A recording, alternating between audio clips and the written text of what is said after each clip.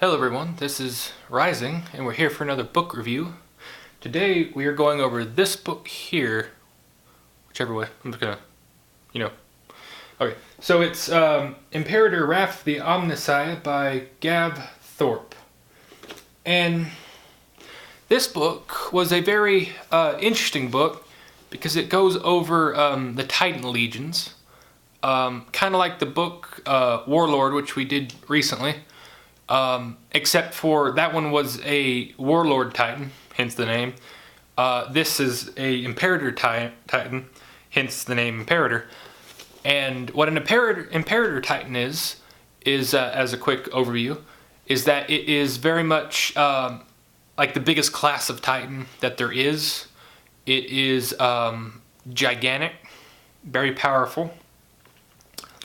Because of that, and the weird technological loss of the 41st millennia, it is basically impossible to build an Imperator anymore. They are very rare.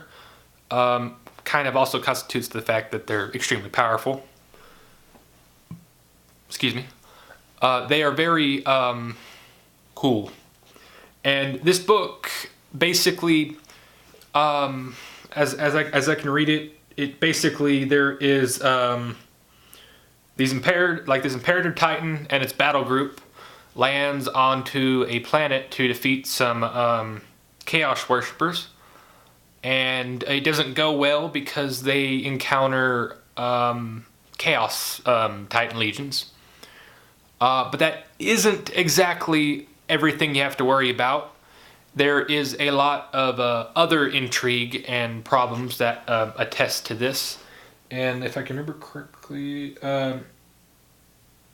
basically, the biggest thing is that a traitor appears, and they have to figure out what's going on and get rid of this. That's kind of like the overview of what happens. It becomes very interesting in the story, like as with most things in this book. It's pretty at least with this book, it's pretty short. At least it was for me. It was quick, easy read. This was about a $16 book.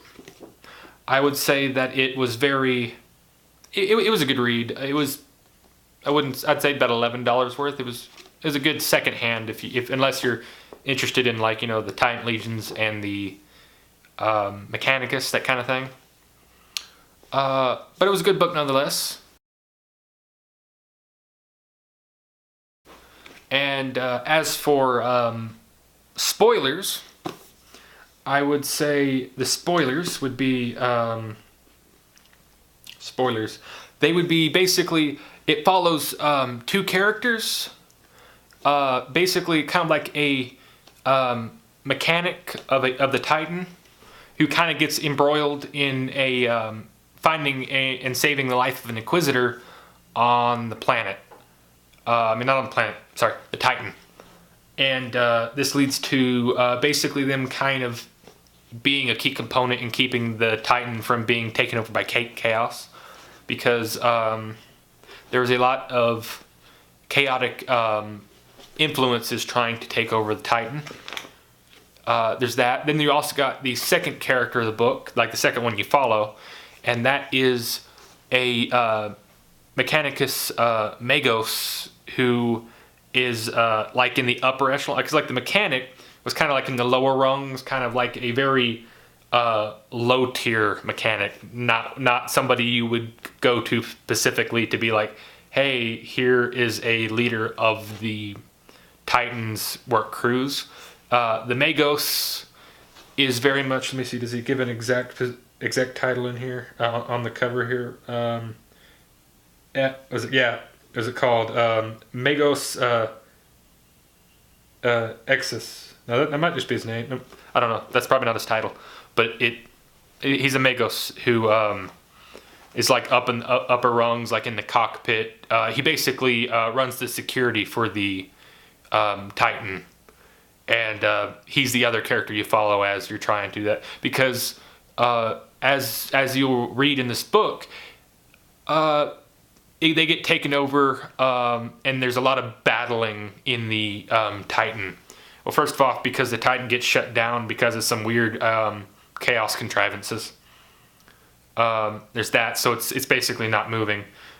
And there's some Chaos Space Marines that land on it, and it's just a big fight there. And then there's got some Chaos people from the Black Mechanicum, which is the what's it called? Which is the Chaos version of, or no, it's a Dark Mechanicum. Sorry, not Black Mechanicum.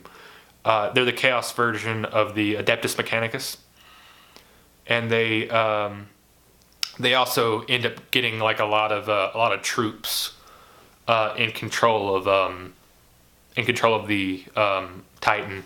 They're not. I mean, they're not in the complete control. They're trying to corrupt the Titan to be all chaos worshipy, and it basically doesn't really amount to much in the end because they win. I mean the good guys win, and they kill all the corrupted, which is not surprising. As a point that sticks out to me is the Inquisitor of the what's it called, of the in this book. He very much is a dumbass. He is very much a dumbass. In the fact that basically they find out that the security force, the skitarii, which is of the Mechanicum, well, they are playing for the bad side, and he confronts them on this with no weapons. Yeah, it doesn't go well. He gets vaporized from existence because what makes it stupid is that he knew they were bad. Or he had the suspicion that they were bad. I can't remember exactly at that point in time. It's been a while since I read the book. If he knew that they were bad, or he suspected they were bad, but he goes to confront them about it regardless. And they basically point blank vaporize him. So you're just like, wow, that was really dumb. There's that. And it basically ends with everything being hunky-dory. And everything being A-okay. The good guys got it. It's all good. And another Inquisitor shows up and wants the main character to be a accolade. And that's kind of where it ends, on like a cliffhanger. So there might be like a second to the story, or it might just end there. I don't really know. That was kind of like my impressions of what I specifically thought about things in the book. This has been Riezing. And see y'all guys later.